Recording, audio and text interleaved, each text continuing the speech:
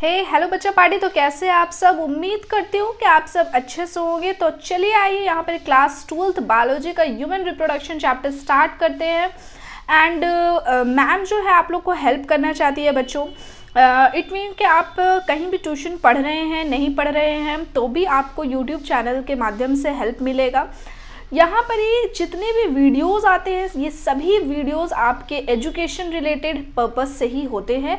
This channel is only made for educational purpose. So चलिए आइए start करते हैं। क्लास 12th के बायोलॉजी का एनसीईआरटी चैप्टर नंबर आपका है ये 3rd, that is human reproduction. Human reproduction में यहाँ पर ही देखिए लिखा हुआ है मेल रिप्रोडक्टिव सिस्टम। बच्चे जब हम मेल रिप्रोडक्टिव सिस्टम के बारे में बात करते हैं तो उसमें किन सभी चीज़ों के बारे में बात करना है। तो सबसे पहले देखिए टेस्टिस जो कि पेयर में होते हैं, और एसेसरी डक्ट्स होते हैं, और एसेसरी ग्लैंड्स होते हैं, और एक्सटर्नल जेनाइटेलिया यानी कि पेनिस होता है। तो यानी कि मेल रिप्रोडक्टिव के अंदर अगर देखा जाए तो हमको 4 चीज़ों के बारे में पढ़ना है।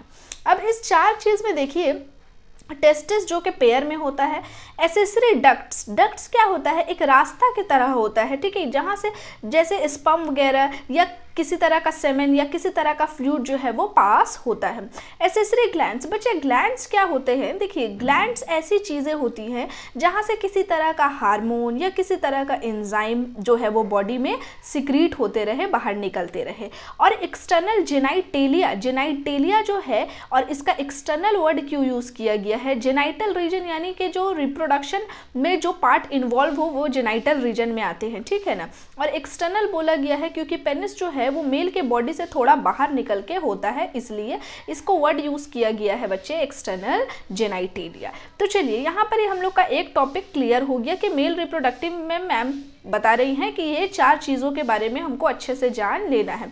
तो चलिए आइए एक एक करके यहाँ पर ही हम लोग पढ़ते हैं। सबसे पहले अगर देखते हैं टेस्टिस के बारे में, तो टेस्टिस क्या है, कैसे है, इसके बारे में एक एक पॉइंट क्लियर कर लेते हैं, ठीक है। Testis situated with in a pouch, testis एक पाउच में होता है, ठीक है। टेस्टिस जो है एक पाउच में इस तरह से होता है, एक पाउच होता है और उसके अंदर एक इस तरह से पेयर में टेस्टिस होता है। इस पाउच को हम लोग क्या बोलते हैं? स्क्रोटम बोलते हैं। स्क्रोटम ये जो पाउच है, ये जो पाउच बना है, इसको हम लोग क्या बोलेंगे? इसको हम लोग बोलेंगे scrotum. Scrotum maintain low temperature. याद रखिएगा जो स्क्रोटम का टेम्परेचर होता है वो हमारे बॉडी के टेम्परेचर से, जो स्क्रोटम का टेम्परेचर होता है वो हमारी बॉडी के टेम्परेचर यानी कि इसको हिंदी में बोलेंगे तापमान, ठीक है। तो बॉडी का जो भी तापमान हो, क्योंकि हम लोग के बॉडी का तापमान कितना है? 37 डिग्री सेल्सियस है ना।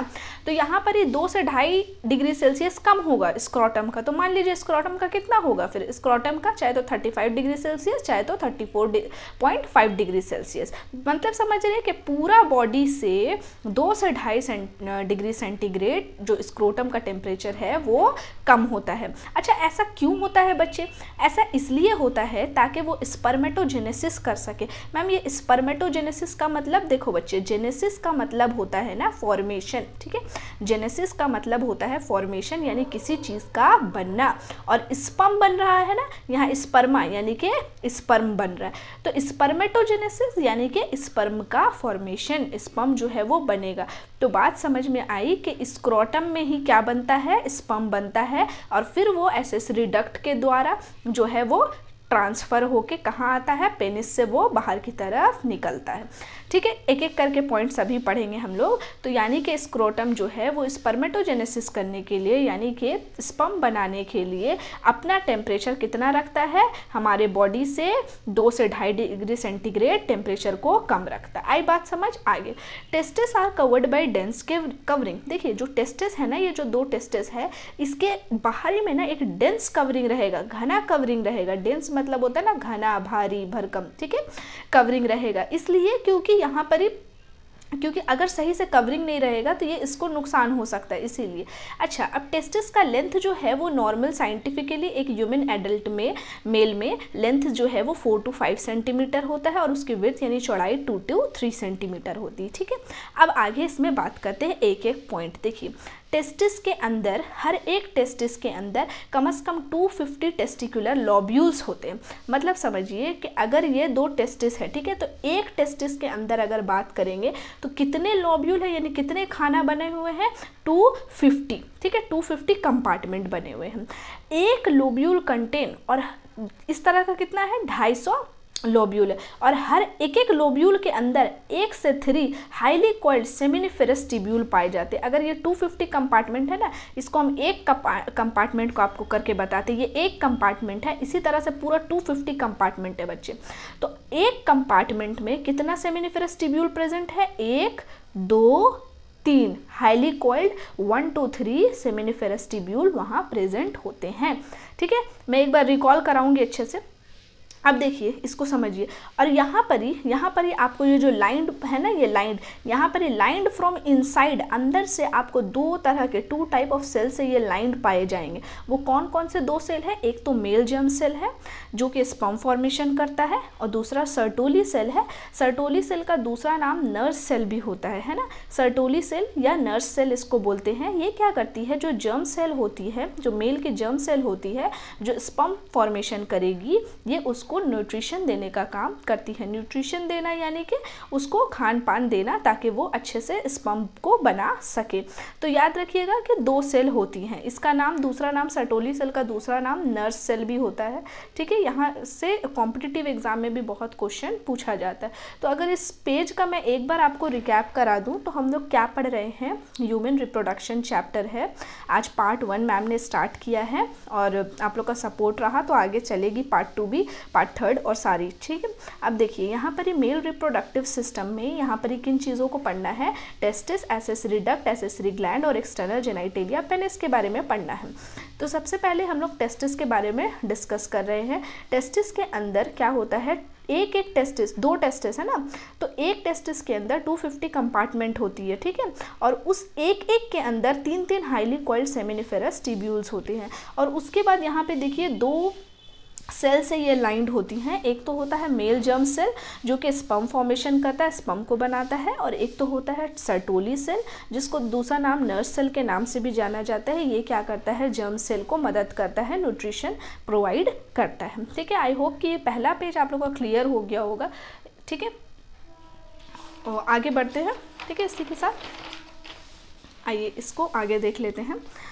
अच्छा, अब देखिए यहाँ पर ही बात क्या बता रहा है, आराम से समझिएगा, एक एक चीज़ मैं बता रही हूँ। देखिए ये है टेस्टिस, 2 टेस्टिस है, और ये बाहर में स्क्रोटम है। स्क्रोटम में मैंने क्या बोला, स्क्रोटम का जो टेम्परेचर होगा वो ह्यूमन बॉडी से 2 to 2.5 डिग्री सेल्सियस कितना होगा, लो होगा। ये बात मैं बता चुकी हूँ। इसके आगे मैम ने क्या कहा कि ये जो एक टेस्टिस है बच्चे, इस एक टेस्टिस को अगर देखा जाए तो इसके अंदर कितने कंपार्टमेंट होंगे, 250 कंपार्टमेंट होंगे। कंपार्टमेंट किसको बोला जाता है, अगर ये प्लॉट है, इसके अंदर इस तरह से ऐसे घर बने हुए हैं, एक एक रूम अलग अलग बना हुआ है, कंपार्टमेंट इसको बोला जाएगा, अलग अलग कंपार्ट किया गया। तो वैसे ही कितने कंपार्टमेंट, 250 कंपार्टमेंट देखने को मिले। अब अगर इसमें से एक कंपार्टमेंट को आप देखते हैं तो एक के अंदर आपको क्या मिलेगा, एक के अंदर आपको 3 हाईली कॉइल्ड सेमिनिफेरस ट्यूब्यूल मिलेगा। हाईली कॉइल्ड का मतलब समझते हैं, बेहद ही उलझा हुआ है ना, आपस में वो इस तरह से उलझा हुआ रहेगा। ठीक है, आपको क्या मिलेगा, सेमिनिफेरस ट्यूब्यूल। तो ये इसको क्या बोलते हैं, इसको बोलते हैं सेमिनिफेरस ट्यूब्यूल। ट्यूब्यूल क्यों बोलेंगे बच्चे, ये इस तरह से ट्यूब लाइक होगा ना, ट्यूब लाइक होगा, यहाँ से ही स्पर्म का ट्रांसफर होगा, ये सब अपने अंदर में जाएगा, बनेगा। तो अब यहाँ पर ही ये जो लाइनिंग आपको दिख रहा है, ये यही बात बोला जा रहा है कि ये इट्स इनसाइड, अंदर की तरफ 2 सेल से घिरा हुआ होगा। एक क्या होंगे, मेल जर्म सेल होंगे जो कि स्पर्म का फॉर्मेशन करेंगे, और एक क्या होंगे, सर्टोली सेल होंगे जिसका दूसरा नाम नर्स सेल भी है, और वो क्या करेंगे, जर्म सेल को न्यूट्रिशन प्रोवाइड करेंगे। न्यूट्रिशन मतलब खाना पीना, पोषण प्रोवाइड करना। अब आइए इसके आगे, तो यहाँ पर ही 3 सेमिनिफेरस ट्यूब्यूल हम बोले ना कि होगा, तो यहाँ पे 3 सेमिनिफेरस ट्यूब्यूल तो होगा। यहाँ बीच बीच में आपको जगह खाली दिख रहा है बच्चे, ठीक है, बीच बीच में जो जगह खाली दिख रहा है, इस जगह को हम लोग क्या नाम देते हैं, इस जगह को हम लोग बोलते हैं इंटरस्टिशियल स्पेसेस। ठीक है, region outside the seminiferous tubule, seminiferous tubule के बाहर जो रीजन प्रेजेंट है उसको हम लोग इंटरस्टिशियल स्पेसेस बोलते हैं। वहाँ क्या होगा, कंटेन स्मॉल ब्लड वेसल्स, वहाँ छोटे छोटे ब्लड वेसल्स होंगे। अब ब्लड वेसल्स क्या है मैम, तो वेसल मतलब एक खाली कंटेनर होता है बच्चे। ठीक है, जैसे कि हम लोग कटोरी लेते हैं ना, बाउल लेते हैं, तो वैसे ही एक खाली कंटेनर होता है, उसको वेसल बोलते हैं, और उसमें से ब्लड पास हो रहा है और उसमें ब्लड है, ठीक है, तो उसको ब्लड वेसल बोलेंगे। एंड वहाँ पर इंटरस्टिशियल सेल्स होंगे। अब ये इंटरस्टिशियल सेल्स क्या है मैम, तो इसका दूसरा नाम है लेडिक सेल। लेडिक सेल बहुत जाना माना सेल है। ये क्या करता है, एक एंड्रोजन नाम के हार्मोन को सिक्रीट करता है। लेडिक सेल सिंथेसाइज यानी बनाना, सिक्रीट यानी उसको बाहर निकालना, प्रोड्यूस करना।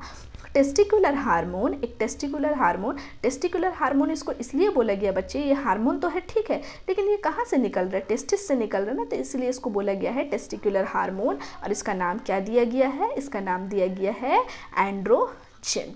तो अभी हम लोग क्या पढ़े, अगर एक बार मैं सभी बात को रिकैप कर दूं कि आज हम लोग पढ़े क्या हैं, तो देखिए छोटा सा मैं इसको आपको रिकैप दे देती हूँ कि आज हम लोग पढ़े क्या। हम लोग इतना पढ़े हैं कि मेल रिप्रोडक्टिव सिस्टम हम लोग पढ़ रहे थे। मेल रिप्रोडक्टिव सिस्टम में, ठीक है, एक बार रिकैप करा देती हूँ। मेल रिप्रोडक्टिव सिस्टम में हम लोग किस किस बारे में पढ़े हैं, accessory gland, accessory duct, testis और पेनिस, जिसमें से आज टेस्टिस वाला टॉपिक को हम लोग बहुत ज़्यादा पढ़े हैं। टेस्टिस वाला टॉपिक में हम लोग क्या पढ़ें कि जो टेस्टिस होते हैं ये ऐसे होते हैं, दो पेयर में होते हैं और ये स्क्रोटम से लाइन होते हैं। ये जो पाउच लाइक स्ट्रक्चर, इसको स्क्रोटम बोलते हैं बच्चे। और यहाँ पर ये दो टेस्टिस पाए जाएंगे। एक टेस्टिस के अंदर अगर देखा जाए तो 250 कंपार्टमेंट होते हैं और हर एक को अगर देखा जाए तो उसके अंदर 1 से 3 सेमिनिफेरस ट्यूब्यूल्स पाए जाते हैं। वो सेमिनिफेरस ट्यूब्यूल्स जो है इस तरह से ऐसे होते हैं, ठीक है।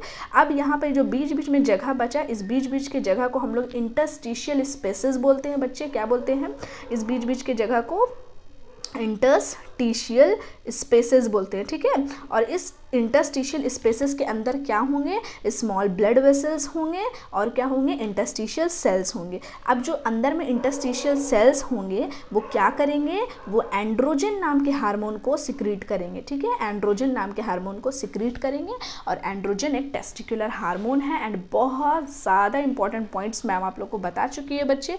तो आई होप कि लेक्चर आप लोग एंजॉय करे होंगे और आपको काफ़ी बातें समझ में आई होगी। मेन बात यह है कि समझ में आई होगी, क्योंकि कुछ चैप्टर्स ऐसे हैं जो आपको कोई भी मेल फीमेल कोई भी टीचर क्लियर्स नहीं पढ़ाता है, ठीक है। तो ऑनलाइन के माध्यम से भी आप अच्छे से पढ़ सकते हैं, समझ सकते हैं। And keep supporting guys. Video को लाइक कर दिया कीजिए वीडियो अच्छा लगे तो, और अपने व्हाट्सएप ग्रुप में जो कॉलेजेस का ग्रुप हो वहाँ भी शेयर कर सकते हैं वीडियो, और अपने फ्रेंड्स ग्रुप में भी आप लोग शेयर कर सकते हैं और अपने व्हाट्सएप स्टेटस में भी लगा सकते हैं बच्चे, क्योंकि सभी बच्चे आई थिंक जमशेदपुर के ही होंगे और मैं और संजय सर, हम लोग दोनों, मैम और सर दोनों ही जमशेदपुर के हैं। तो जमशेदपुर वाले जमशेदपुर को प्लीज़ सपोर्ट कीजिएगा। And keep hustling guys, keep studying and thanks for coming. Thank you.